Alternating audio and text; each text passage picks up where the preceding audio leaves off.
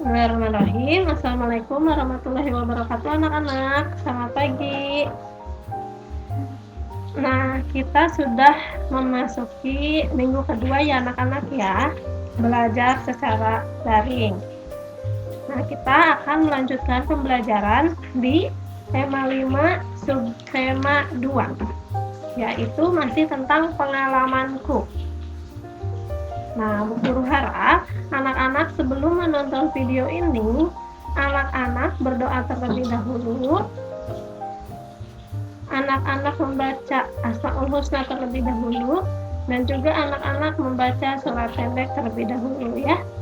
Jika anak-anak belum membaca doa, belum membaca Asmaul Husna, dan juga belum membaca surat pendeknya, silakan pause terlebih dahulu video ini, lalu berdoa terlebih dahulu ya.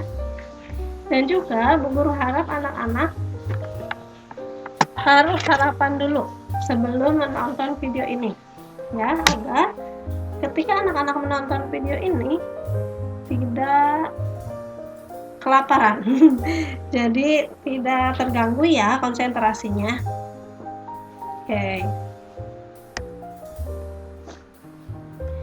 Nah, untuk materi pertama, yaitu kita masih belajar tentang pengamalan sila pertama Pancasila di sekolah ya. Jika kemarin kita telah mempelajarinya, pengamalan sila pertama Pancasila di rumah, hari ini kita akan belajar pengamalan sila pertama Pancasila di sekolah.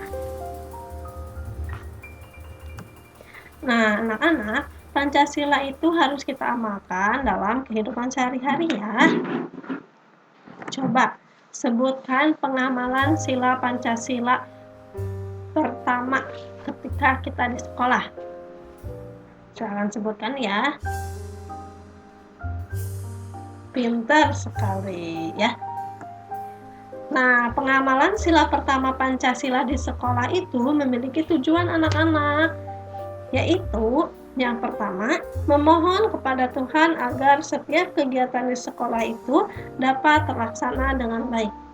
Jadi, setiap kita melakukan kegiatan, setiap kita memulai kegiatan, kita harus awali dengan basmalah ya. Artinya, kita memohon keridhaan dari Allah, kita memohon perlindungan dari Allah, kita memohon agar kegiatan yang kita lakukan itu dapat terlaksana dengan baik ya. Lalu yang kedua, mengembangkan sikap saling menghormati kepada teman dalam menjalankan ibadah sesuai ajaran agamanya. Kita ketahui bahwa di Indonesia atau di sekolah kita juga tidak hanya yang beragama Islam, tapi juga ada agama yang lainnya seperti Kristen ya. Kita harus saling menghormati dengan teman ya ketika menjalankan ibadah.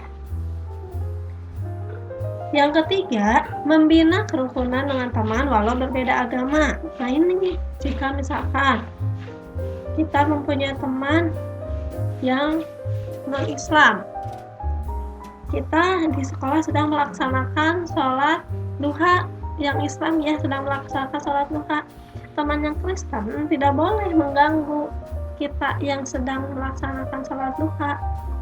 Sebaiknya yaitu menunggunya ya.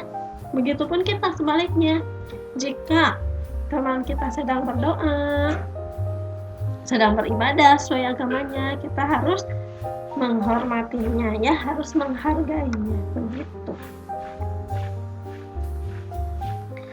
Nah, ini anak-anak adalah contoh dari pengamalan sila pertama Pancasila di sekolah, yaitu berdoa sebelum belajar dan juga berdoa setelah belajar.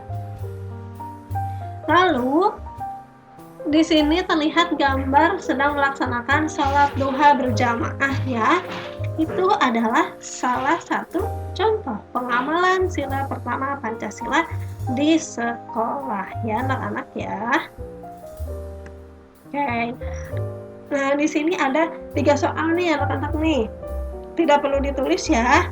Anak-anak hanya perlu mengerjakannya dengan Bu Guru sama-sama di sini ya. Yang pertama, Murid-murid SDN Percobaan selalu memulai dan mengakhiri pembelajaran dengan berdoa. Benar atau salah itu merupakan pengamalan sila pertama Pancasila di sekolah.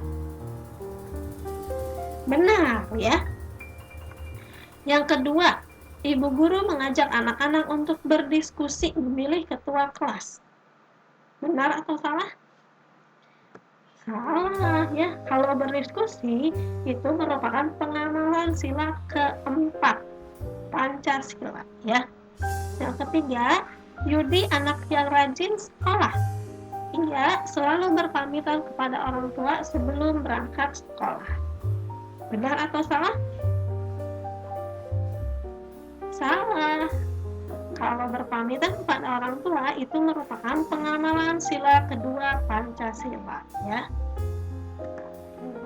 Begitu anak-anak, silakan anak-anak berlatih ya di LKS halaman pertama dan kedua, yaitu memberikan centang kepada gambar yang merupakan gambar menunjukkan menunjukkan sikap pengamalan sila pertama Pancasila di sekolah ya. Ada 8 gambar ya. Oke. Untuk selanjutnya, anak-anak di sini lihat terdapat gambar ya. Kemarin anak-anak telah mempelajari mengukur benda dengan penggaris dan juga meteran. Di sini ada 3 gambar.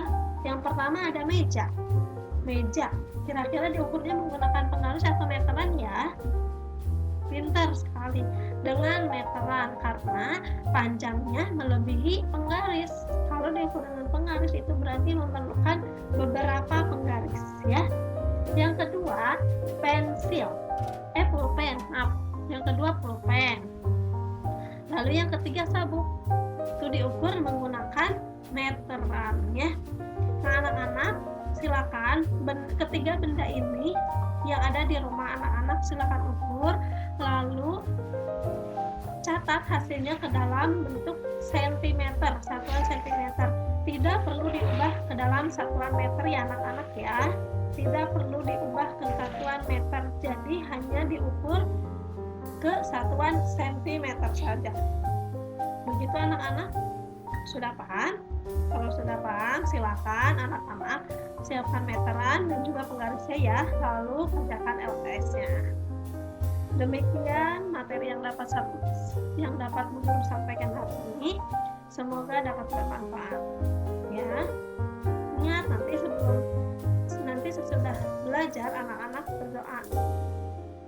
Ya.